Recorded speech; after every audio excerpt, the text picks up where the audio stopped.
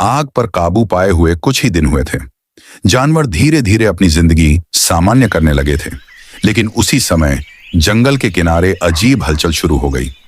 पेड़ गिरने लगे, जमीन कांपने लगी और आवाजें आईं।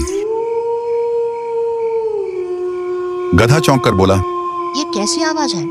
ऐसा लग रहा है जैसे कोई इंसान आया हो। लेकिन यह इंसान नहीं था। यह थे जंगल में घुसे लकड़बग्घों और भेड़ियों का नया झुंड। वे आग से बचे जानवरों को डराने और जंगल पर कब्जा करने आए थे। जानवरों की सभा सारे जानवर घबराकर फिर से इकट्ठे हुए।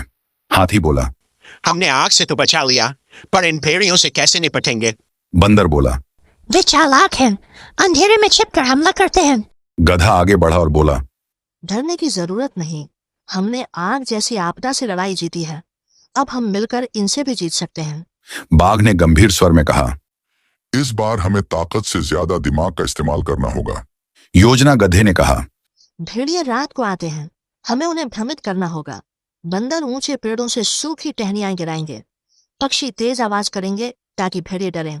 खरगोश और नेवले जमीन में छोटे छोटे गड्ढे बनाएंगे और मैं अपनी आवाज से उन्हें दिशा से भटका दूंगा। बाघ ने जोड़ा, जब वे उलझ जाएंगे तब मैं उनके नेता को पकड़ लूंगा। नेता हार गया तो झुंड खुद भाग जाएगा। रात का संघर्ष रात हुई, चांद निकला और जंगल में अंधेरा छा गया। भेड़ियों का झुंड आया, उनकी आंखें लाल चमक रही थीं। भेड़िया आवाज के पीछे भागे, लेकिन रास्ते में खरगोशों के गड्ढों में गिरने लगे। ऊपर से बंदरों ने सूखी टहनियां बरसाईं, पक्षियों ने शोर मचाया। अचानक बाघ ने दहाड़ मारी और झपटकर सीधे भेड़ियों के नेता पर वार किया। नेता जमीन पर गिर पड़ा। बाकी भेड़िए डरकर भाग गए और फिर कभी जंगल की ओर लौटने की हिम्मत न कर सके।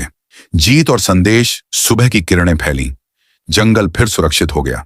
सारे जानवर खुशी से चिल्लाए, बाघ और गधे की जय हो। गधा मुस्कुराया और बोला, हर जीत सिर्फ ताकत से नहीं मिलती, कभी कभी चालाकी और एकता भी जरूरी होती है। बाघ ने सिर उठाकर कहा, और सबसे बड़ी ताकत है दोस्ती, क्योंकि दोस्त साथ हो तो कोई भी दुश्मन बड़ा नहीं होता।